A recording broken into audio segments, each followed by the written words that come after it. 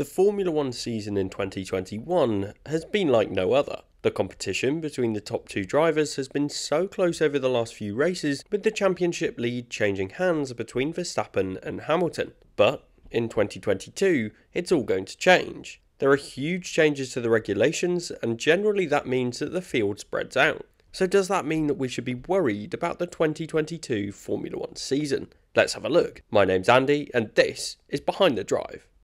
The competition will probably get worse before it gets better. It's always been the case in Formula One that towards the end of an aerodynamic regulation period, the competition tends to be close. This is because the teams operate on marginal gains, and after regulations have been stable for a long period of time, the marginal gains or improvements that can be made tend to be smaller, and the teams converge on a similar level.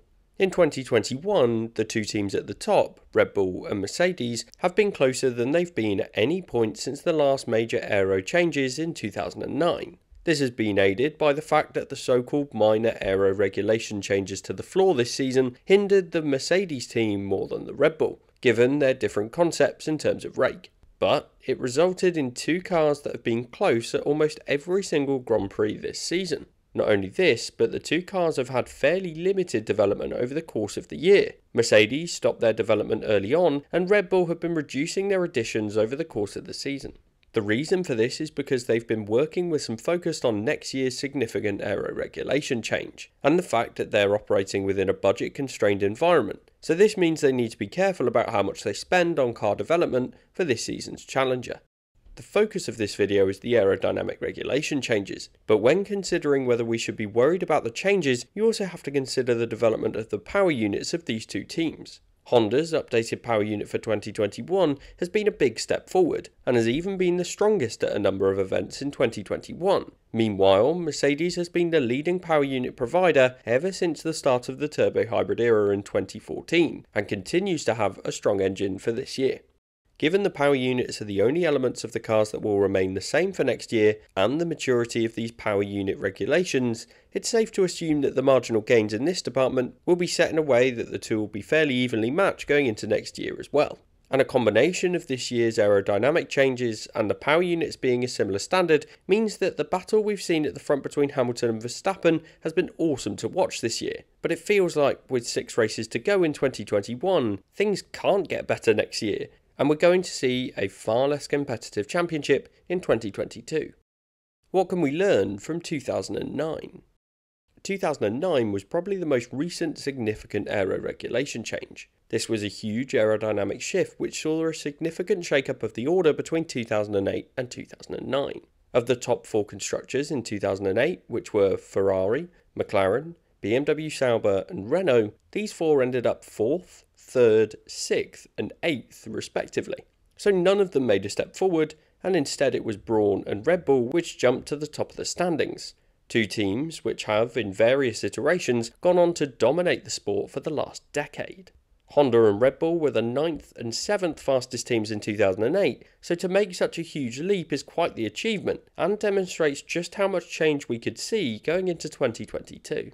The difference between the 08-09 and the 21-22 changes though is that this time it's more of a significant aerodynamic change. Earlier this year, Adrian Newey said that it's the biggest rule change for 40 years, so it's safe to assume that there will be a shake-up of the order of some sort. But at the same time, back in 2009, one of the key reasons for the changes in the order was the fact that just 3 teams adopted the double diffuser concept from the start of the season, these being Brawn GP, Toyota and Williams. In particular, it was the Brawn GP car that was the quickest, and it was the most dominant car in the early stage of the season, with Jenson Button winning 6 of the opening 7 Grand Prix. This year, the regulations have been designed with legal advice to close as many loopholes in advance of the regulations going live as possible, with lessons being learned from 2009. Of course, this doesn't guarantee that there won't be gaps, but for 2022, the regulations are far more restrictive, and so the opportunity to find loopholes is limited anyway. So this will hopefully mean that the regulations don't lead to a widespread championship with large gaps between the teams. And when combined with the other elements such as the financial regulations and aero testing limits, this should also reduce the gap between the best and the worst team in 2022. But these aren't the only things that are different for next year. What's different in 2022? So we've seen what we can learn from 2009, but what about looking forward? Historically, regulation changes were made to increase safety, with some made to shake up the order and encourage closer racing. For 2022, the rules have been designed to improve the racing. A key challenge in this current era is the fact that when a car follows another, they struggle to stay behind. According to Formula 1, when a car is 3 car lengths behind another, the downforce loss is around 35%, with this number increasing to 47% once they get to 1 car length behind. With the future regulations, the expected downforce loss will reduce to just 4% when 3 car lengths behind and 18% when 1 car length behind. If these figures are realised, then it will be a huge improvement for overtaking, as cars will be able to stay closer to the car ahead through the corners, which is where currently the cars struggle when following one another.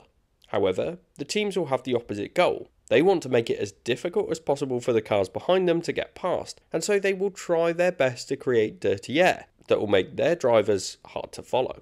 But at the same time, as I've already mentioned, the new regulations are also very restrictive. Most of the downforce will come from the ground effect, with the floor designed with channels that replace some of the downforce loss from the simpler wings and smoother bodywork.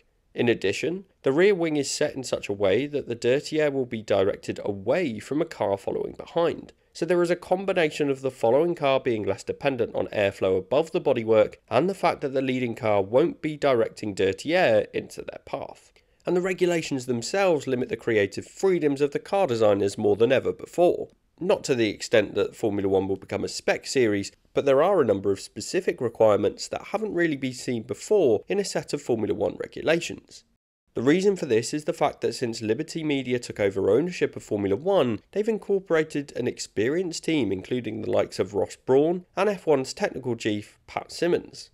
This team has also been using computer-aided design software, which is what the teams use to design their cars themselves. And this type of design from a regulation point of view is something that we've simply not seen before, and so the 2022 regulations are probably the most well designed and thought out, which does restrict the team's freedoms.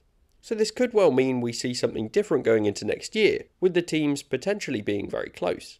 But I think my biggest frustration with these rule changes in particular is the fact that 2021 has been a brilliant Formula 1 season. It's one of the closest in recent history and a battle between 2 incredibly talented drivers racing for different teams at the front, followed by a tightly packed midfield with 8 of the 10 teams on the grid scoring a podium finish so far this year.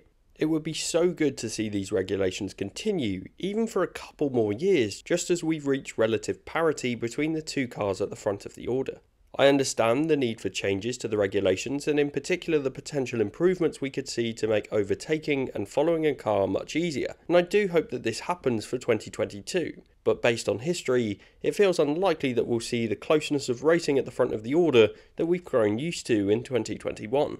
I really hope I'm wrong, and I understand that sometimes it needs to get slightly worse to encourage closer racing in the long run, but seeing how awesome this season has been just leaves me a bit worried for what we have in store in 2022, even if the regulations have been thoroughly designed and thought through by the Formula 1 technical team. What do you think? Are you excited for next year's regulations, or will it be a spread out order?